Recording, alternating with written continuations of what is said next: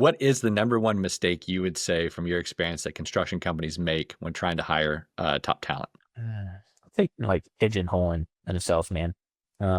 Having this perfect type of candidate in mind that they want to hire, all these different requirements, skills, experience, culture fit, every single thing just has to check the box. I think that's where a lot of companies fail themselves at is like just having just this perfect candidate in mind. And if they don't check all those boxes, they're not the right fit. They're moving on to someone else. And, that just wastes so much time, you know, trying to find that exact person.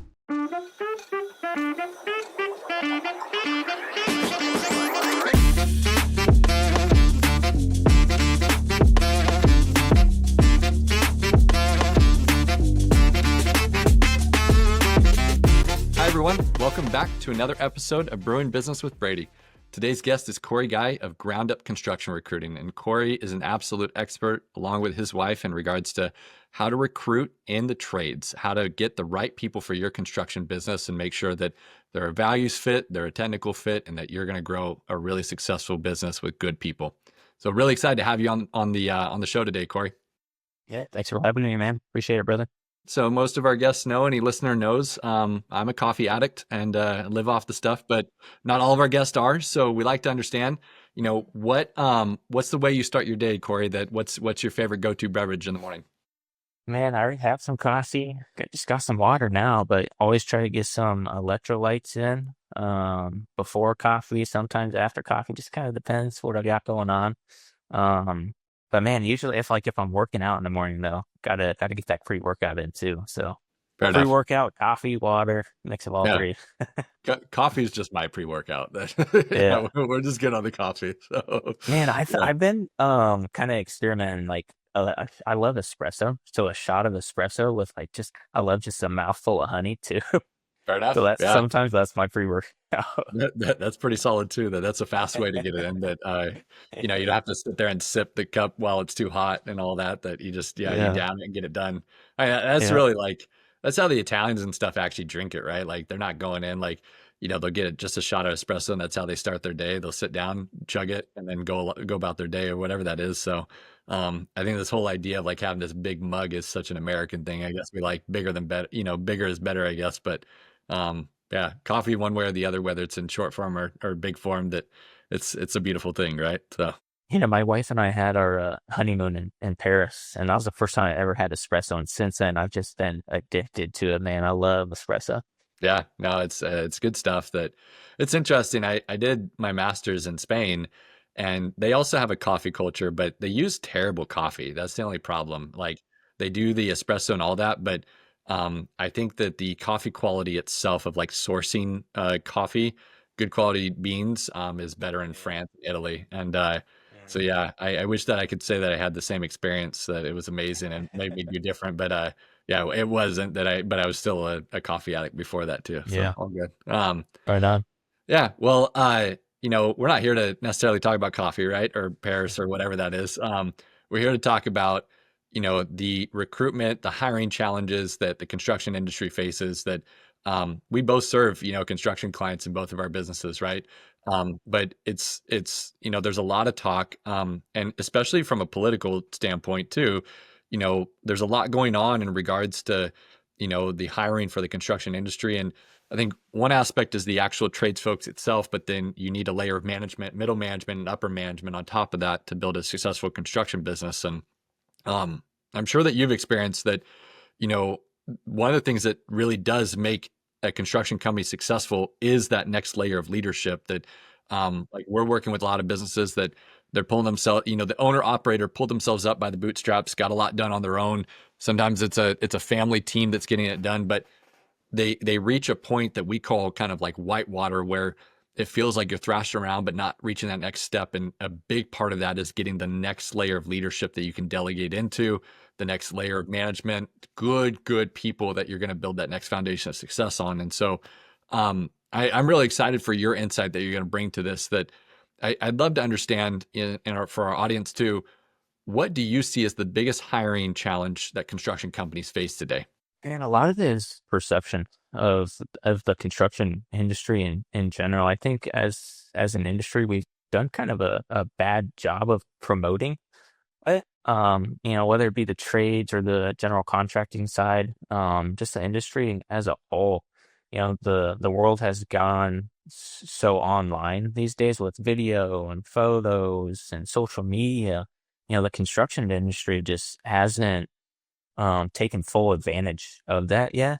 And so I think we've gotten left behind a little bit. And, the construction industry is competing against one another, but we're really competing against all other industries as well, as far as getting talent into it, technology, healthcare, manufacturing, everything. Like, although, every industry is good, um, construction has so many shortages and we really have to compete against all other industries. So all construction companies, need to start getting more online, utilizing, so many companies don't even use a website yet. Social media pages, investing in, videos of their job sites, promoting their people and really just showing how cool the industry is.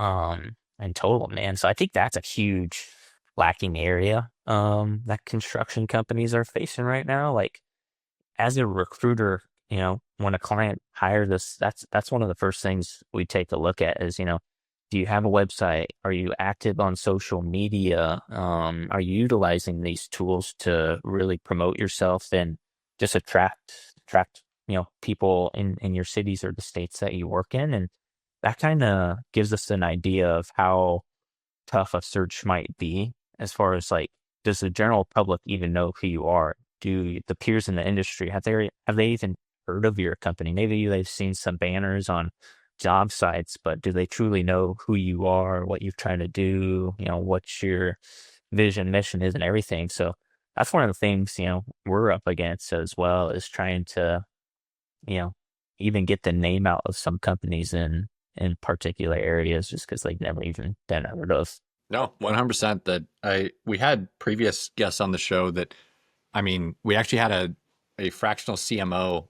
He works for a firm that's solely specializes in the construction industry. And, um, I mean, his take on even like a website was it's not necessarily going to win you new business, but it's going to make sure as heck that you don't lose new business.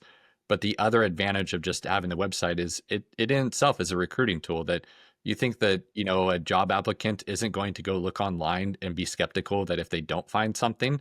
And it's not even, like it's not that you have to have such a better website than everybody else. Like that's not what the world is asking for. But I like anything, if you and I were buyers and if we go look up something, if we go look up a product on Amazon, we can't find a website for it to get see reviews and everything else or to get other third party sources, like we're probably not going to choose that, right? And I think, for job applicants or at least for employers today, having a brand online is not just for your customers, right? It's also a recruitment tool. It's also, a hiring plan that's critically important, right? Yeah, that's some of the first thing, candidates are gonna go check out is their website and social media. And if you're not on there, they might second guess applying to that job or going through the interview process just because they'll get in my mind or they'll get in their mind and be like, this company might be, out of touch, out of date. Maybe they aren't even utilizing, updated construction technology and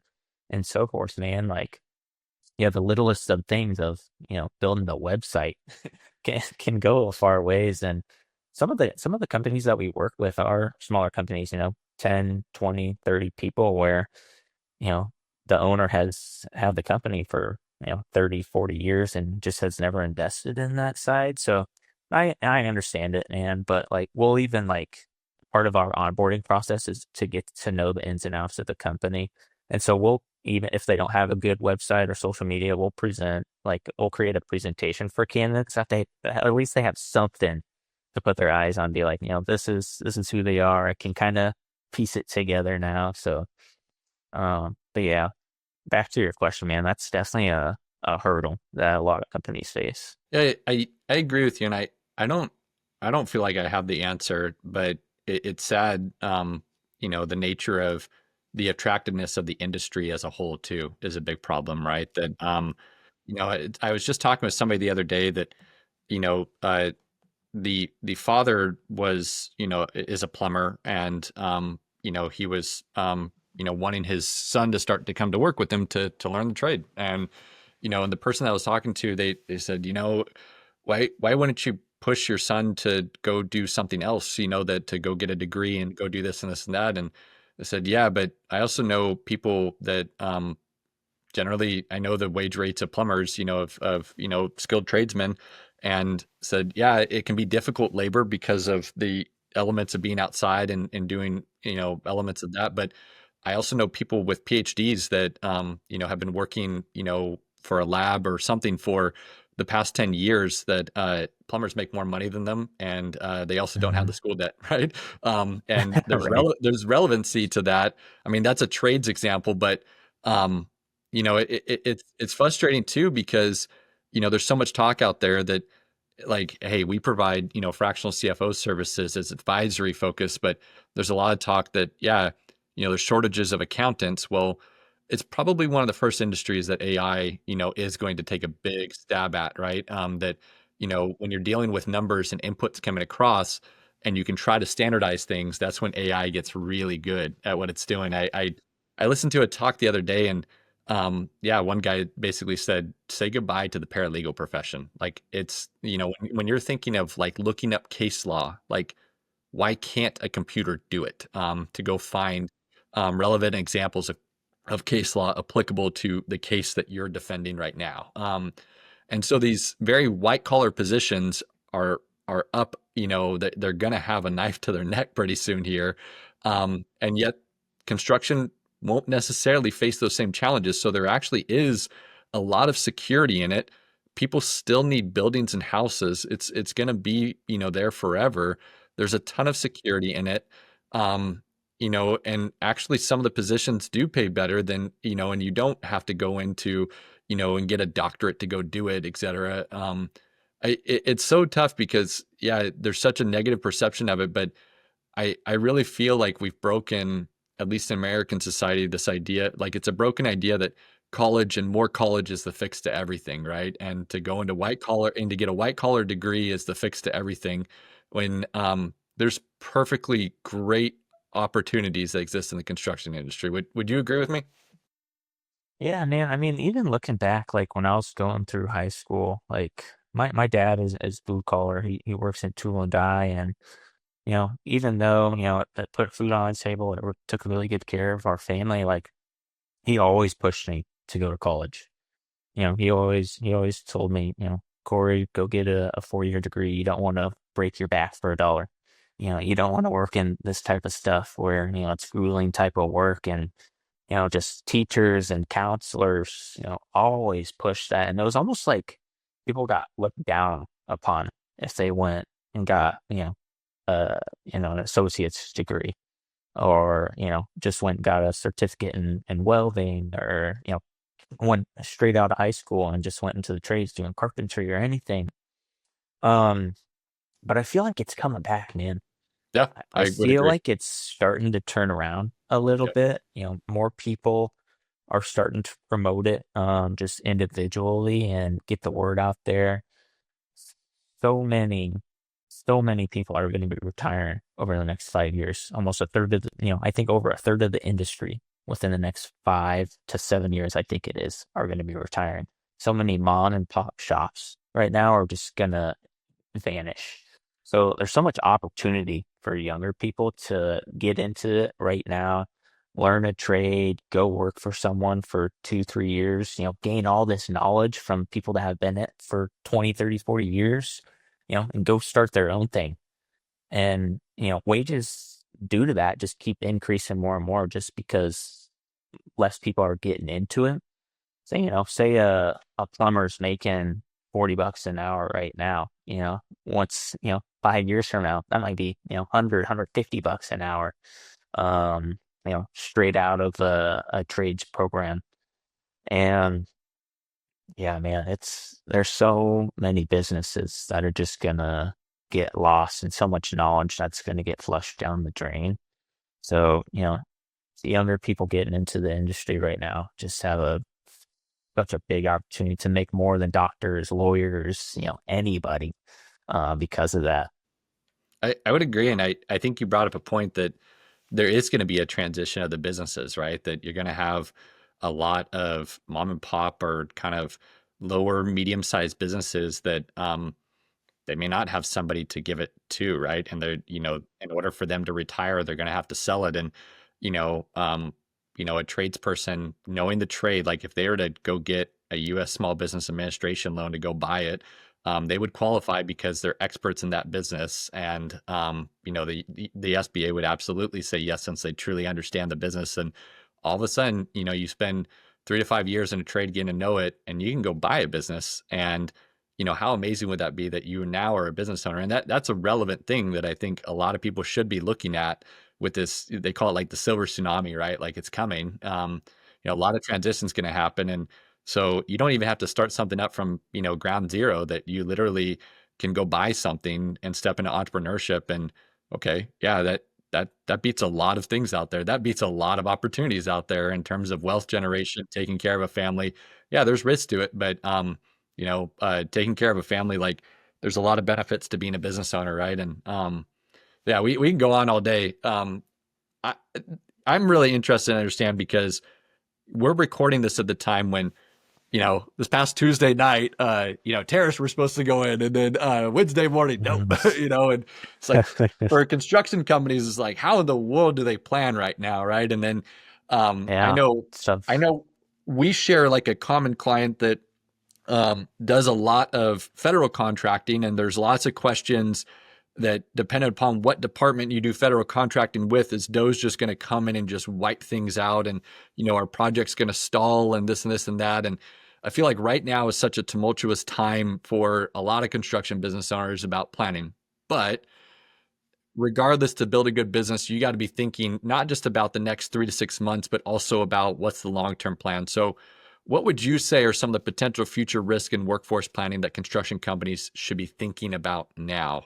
What should they be considering now? yeah, I mean, it's always been an issue as far as like when is the right time to hire someone in construction, especially at that kind of mid-level ground, say a superintendent or a project manager, because construction companies are going through the bid processes, getting under contract with owners, but then who's to say it's not going to go sideways? They bring on a superintendent during that time, but then they don't end up actually getting the work and it gets pushed off till next year.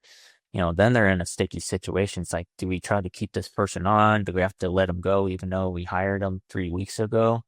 Um, so hiring is always a difficult thing to do in the construction industry as far as like when is the perfect timing to do it.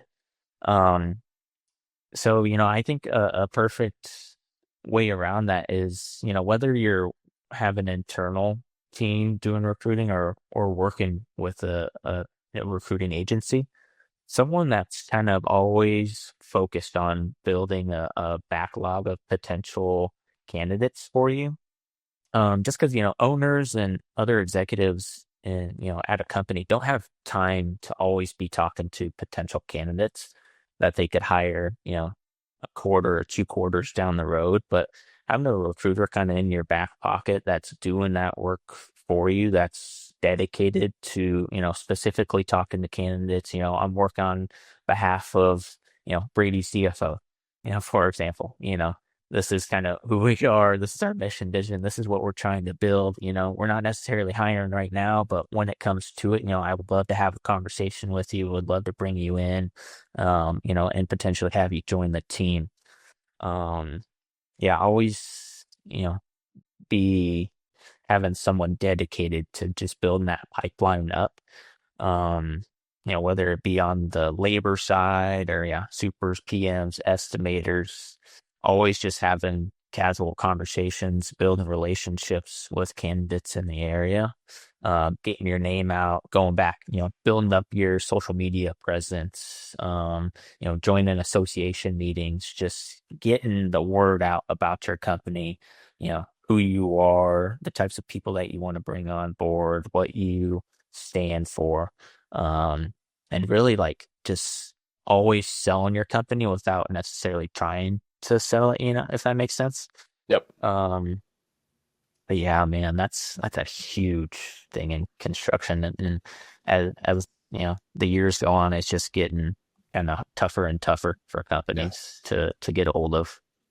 Yeah, I think of I forget what the movie's called. They say like always be closing. It's like nah, it's ABR. Yeah, Always be recruiting, right? yeah, Like always be always be recruiting your recruiting. next your next person, right? Yeah, I mean, I think it's important even outside the construction industry that a lot of businesses need to be thinking that way. That we don't need to, we don't need this now, but we're probably going to need this, and we need to be talking out there that people need to be aware of our brand. But you brought up something that I really would love, if you have some more particular advice on that. Because I think a lot of construction businesses face this, a lot of just general businesses face this, but when is the right time to hire? Like you brought up the example of, you won the bid, you won the proposal, you go out and hire a superintendent, but the job isn't quite starting yet. Like it's delayed. And you have somebody in an overhead position, that I just you have to cover that cost. But yeah, I mean that's tough. That all of a sudden your job profits are getting eaten up by having them just sit around waiting until that job starts, right? And um, how do you try to avoid that? Like how can construction companies be better in making sure that they're timing that correctly to where they're able to pull off good profitability on their jobs? yeah, and that's a great question. I think we can kind of take it two different ways. One, I think always be training your younger people.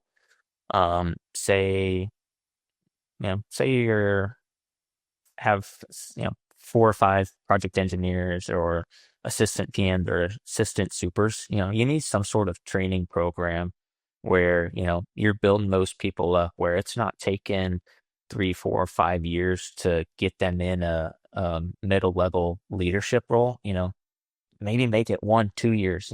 Just really take advantage of training these types of people all the time. That way, when it is tough and maybe you don't know exactly when it is the best time to hire someone at that higher level. Someone can easily just transition into that space for you. You don't always have to be worried about hiring someone from the outside. Be more focused on training from the inside, hiring people at a lower level where it's easier to get them in, and then train them yourself. You don't have to train away bad habits or, um, always have to throw out so much money right away to bring in someone on board. Get them in at a younger age, or just at a lower level position.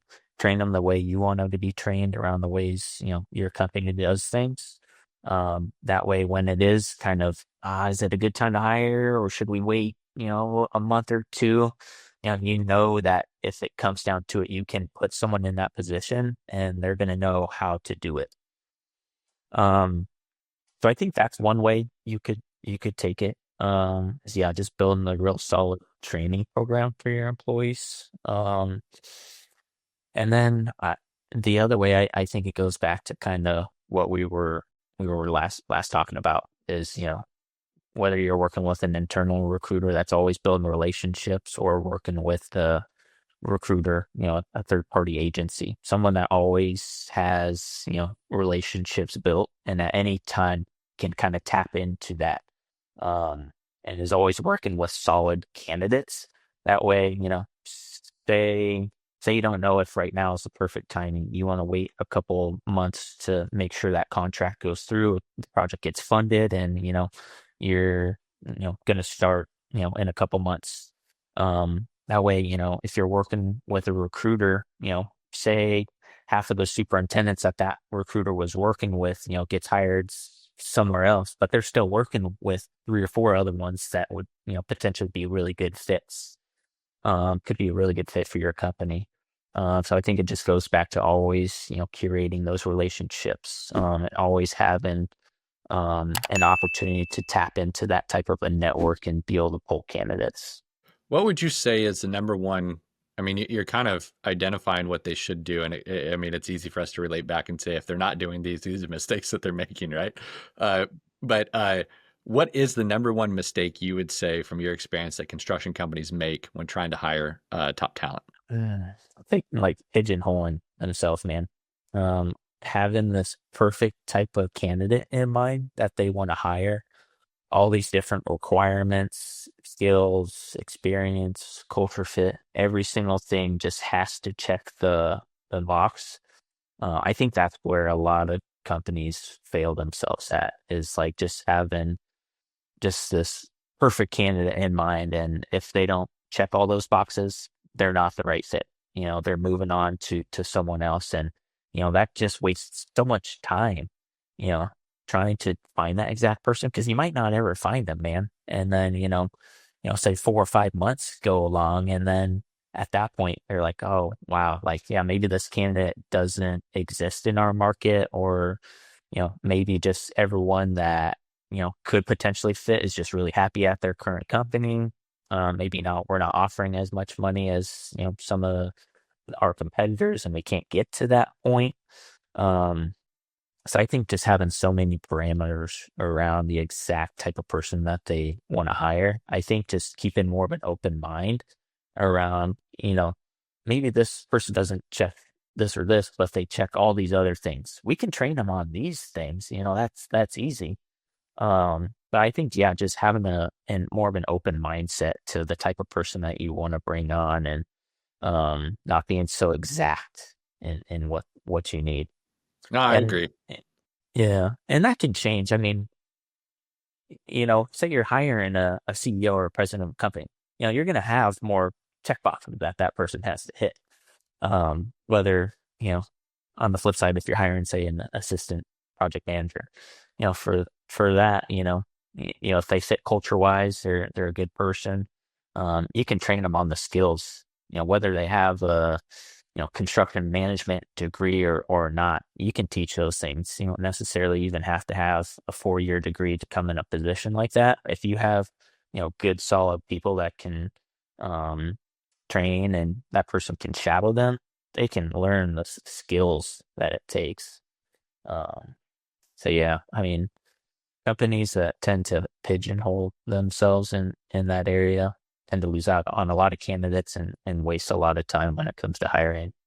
Yeah, I would agree. I mean, a general rule of thumb that I kind of grew into was it's got to be 100% values fit, 70-80% of the technical fit. The rest can be figured out, And if that's true, then yeah, most things are figure outable. And um, yeah, I think sometimes it can be difficult too because we can have in our mindset like what we want in a position, but by not being a little bit loose with it, like open handed with it, um, we don't know what we don't know. And so unless we've already had the position previously and we know like a profile that worked for it, especially like if it's a new position, there will be unknowns in regards to what that person may be able to bring to the table that are absolutely excellent.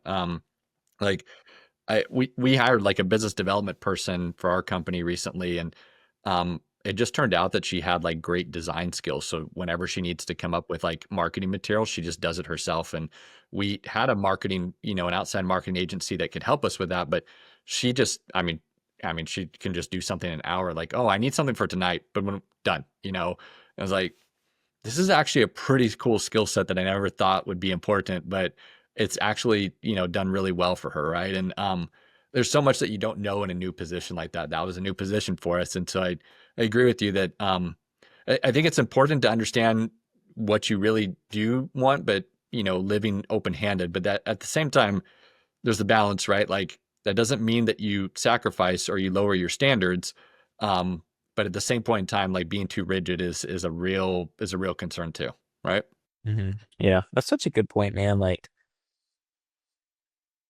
having those parameters around the exact type of person that you want to hire, and like not keeping an open mind of like, what else could this person bring to the table that we don't have today? Like, what could this open up for our business? Say like a general contractor focuses on healthcare and education, and they want to hire a superintendent that specifically has that experience, but maybe this person has some of that, but they also have, industrial and retail TIs, and um, you know, whatever else. How many doors could that open for projects you could start bidding on, how much more revenue could that bring to your table just from hiring this one person that has experience that you weren't even looking for from the beginning.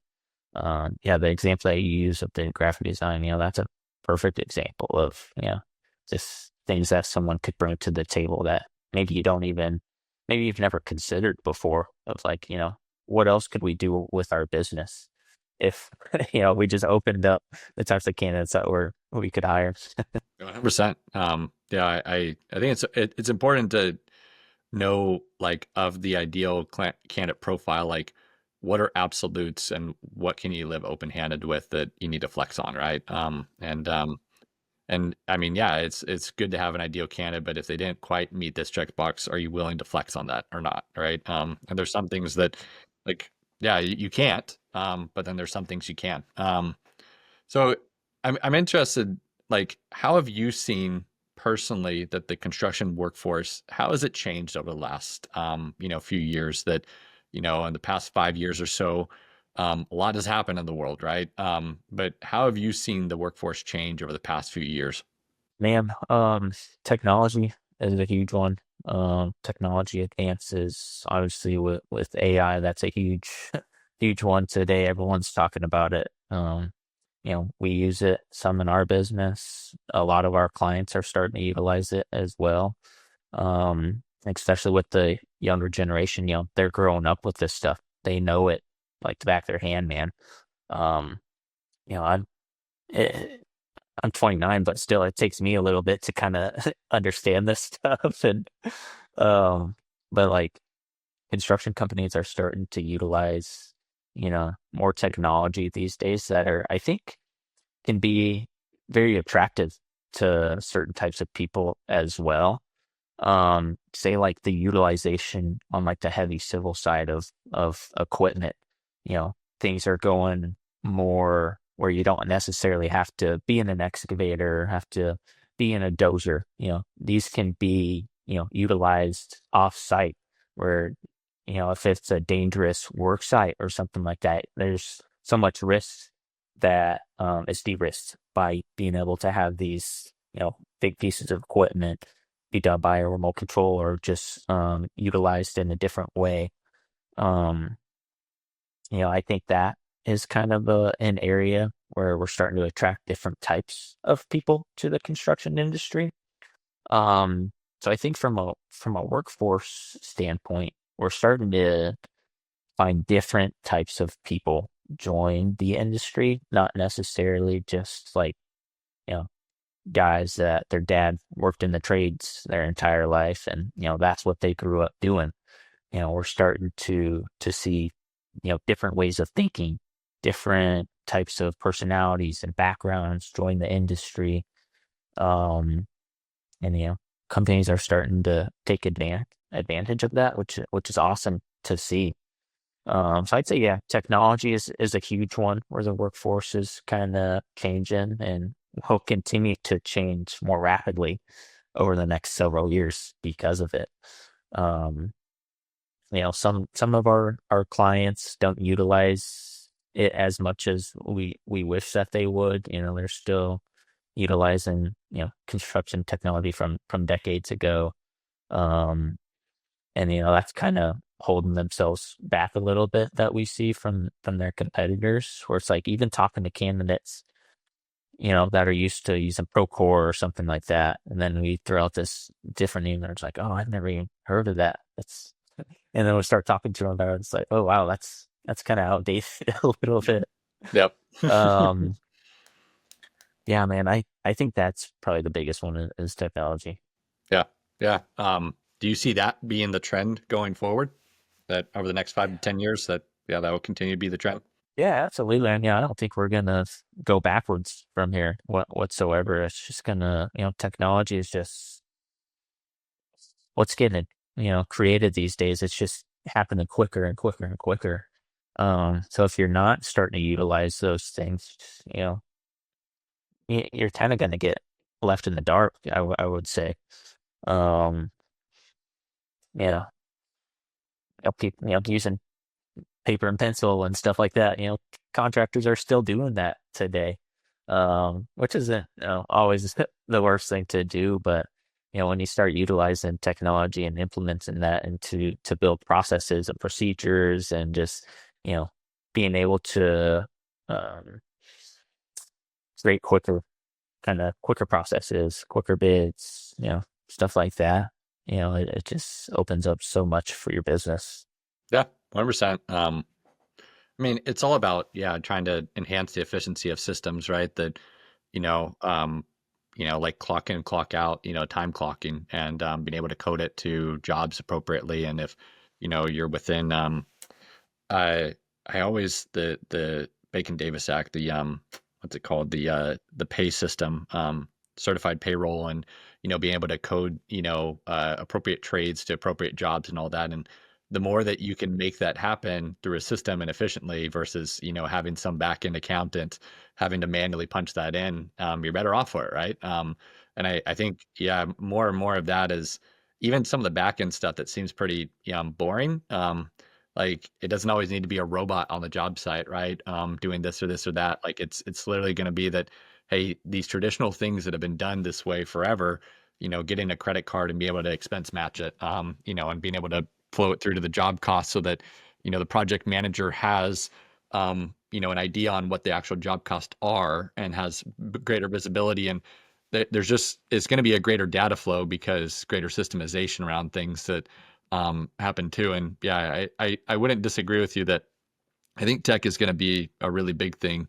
I think what I'm interested though too is it's still, the older generations, whether they you mentioned like a lot are going to go into retirement within the next 5 to 7 years. I wonder if it's going to push them out faster as a result of having to adopt technology, right? That where it's going to leave this big gap, for young people to come in.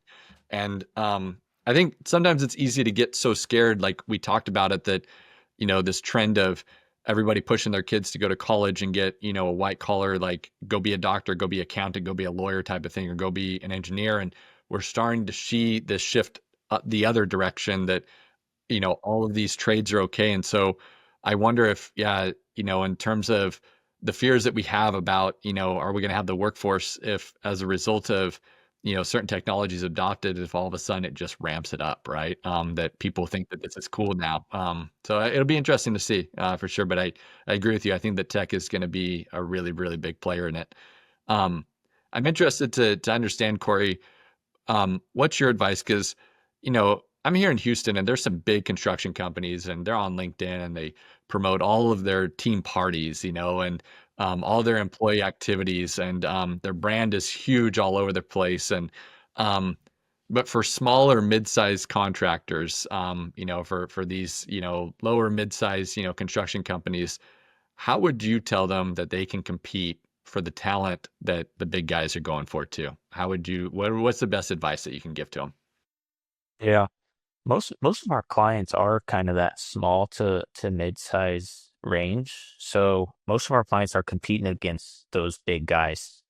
Um, and it's tough for them to compete on the compensation side of things just because they can throw out, so much money. And that tends to, easily attract people. Is just how big their salary is or how big their bonus can be. So that's one area where, the small to mid-size companies can't compete as much on. Even when it comes to like benefits like medical insurance and stuff like that, the bigger guys have a bigger pool to be able to, of buying power to be able to pay higher premiums, 100% of those types of costs and whatnot. But I think where the small and mid-sized companies can compete against those larger companies is mostly on, when it comes to, when we're still talking kind of like perks and benefits and stuff like PTO. A larger company, there's not a whole lot of wiggle room as far as like, you know, say someone has used to 4 weeks of PTO, but when they come to this company, you're only getting two to start off with because that's how it's done across the line. There's no wiggle room there, but these other people that don't have to go clear up the chain, they can make that decision to give, more PTO or, give someone. a higher vehicle allowance than, what they're used to paying. And really just selling them on the vision and mission of the company. What they do for the community, what they're trying to build, um, how family oriented this a company can be as far as like the flexibility of being able to go home throughout the day if you need to pick up kids, drop them off, shuttle them around, things like that. You're working for a larger company, odds are you're not going to be able to do some of those types of things where a smaller company can allow you to be able to do that. Um, yeah, I think, just having a good leadership team in place, that cares about people, loves just pouring, into them, loving on them, giving them all the knowledge and experience that they have to be able to train people. That's definitely a competitive advantage that they can have. Um, and I think even like younger companies can take advantage of like, hey, this is kind of where we're at right now, but this is where we're going in the future. And, we would love to have you along during this experience because you're going to be able to see what it's like from 10 people to 50 people to 100 people and how much, experience you're going to gain through that of like, okay, I've been at a company where it's been 10 people before and these were the kind of the challenges that we faced. This is the kind of opportunities that we had. Then you bump up to 50 and it's like, oh wow, like now the way we do things is so much different. There's more processes in place, more procedures in place. Um, it's just kind of like exciting going through those phases. Um, so I think selling kind of what your vision is to people rather than, this company has 500 people or 1,000 people. We've been through all that. Um, this is just kind of how it is. We don't, get off the tracks from what we've done. So I think, selling the excitement of a company, being able to go through that type of transition phase and just growing with a company, can be exciting to the right type of individual, at least. Yeah. No, I think to your point, to the right type of individual, I tell people all the time, smaller mid-sized businesses are actually really fun to work with because you actually get to learn how the business works, rather than your silo, your particular department. Like you can go in and be an estimator at a way bigger general contractor, but you may be an estimating for your whole life and you may not understand the nuances of everything else. And so your ability to vault into management may be that much more difficult because you really don't understand the other side of the aisle, right? But it's hard within a small mid-market business to not get an idea of how everything works because there's just you got to wear multiple hats, right? So, yeah, I think to your point that emphasizing that you're not going to be the big guy, right? You're not going to be able to do some of these things, but this is the alternatives that you can offer, that wouldn't exist elsewhere. And for the right type of person that's motivated to grow and to learn, yeah, it makes a lot of sense. Well, Corey, we're kind of coming to the end of the episode or the show here, and uh, you've provided a lot of wisdom and advice for construction companies on, how they can implement great hiring practices and how they can what they need to be thinking about for their workforce and how to attract the right people. At the same time, we gotta have a little fun, right? So we like to wrap up every episode with some fun questions to get to know our guests a little bit better. So. Um, for our audience to understand, Corey works with his wife Khadijah. That they are a husband-wife team, a husband-wife recruiting team. So I'm sure that that's a lot of fun. And Corey is a new dad as well, and so he's got a busy life. But yeah, we're gonna ask you some questions that and I'd love to really understand what's the first thing that comes to mind. So, uh, All right, what's let's the do it. what's the best part of working with your wife? Man, how she challenges She's right me. next to you, right? She's listening, No, right? she normally is, but she's not. She's taking care of Aspen right now. Yep. Um, yeah, I'd say how she challenges me to just be better and grow every single day. Because I think just the way I am, I kind of get stuck in my ways sometimes. So she's always challenged me, whether it be, in the business or, just be my wife trying to challenge me personally and just grow as a man and a husband and now as a father. Like, I think that's the best part, man. Just having such a caring partner that, loves me. And so she wants to push me to get better every single day. What is the worst job that you had before this career, before you opened up your recruiting firm? What is the worst job you've ever had? Man, it was back when I was like 14, 15 years old. Do you know what detasseling is? So it's in corn. Like I would detassel cornfields. Yes. So Okay. Yeah. yeah, Okay. you Yeah. wake up 4 a.m. As soon as the sunrise, you're in the cornfields walking them. You're soaked right when you walked Yeah. in. Cornfields are Um, humid. They are humid. Oh yeah. Yeah. Yeah, Yeah. humid. I mean, you're getting cut up from the corn stalks and Yep. everything. You're getting bit up all day from mosquitoes. You're chafing everything. And then, once it's noon, I grew up in Nebraska, so, the sun is just super hot, now, you're sweating, your cuts, it just hurts. Yeah, so I'd say detasseling was probably like the toughest manual labor job I had. But it taught me so much. I'm glad like my dad and mom pushed me to do it at such a young age because it taught me so much about hard work and just enduring things to like work for what you want. Um, so yeah, definitely detasseling. And then roguing, kind of alongside it. That's with beans. You have like I think it's called like a cipher. You're going through like bean fields and taking out like corn stalks Yep.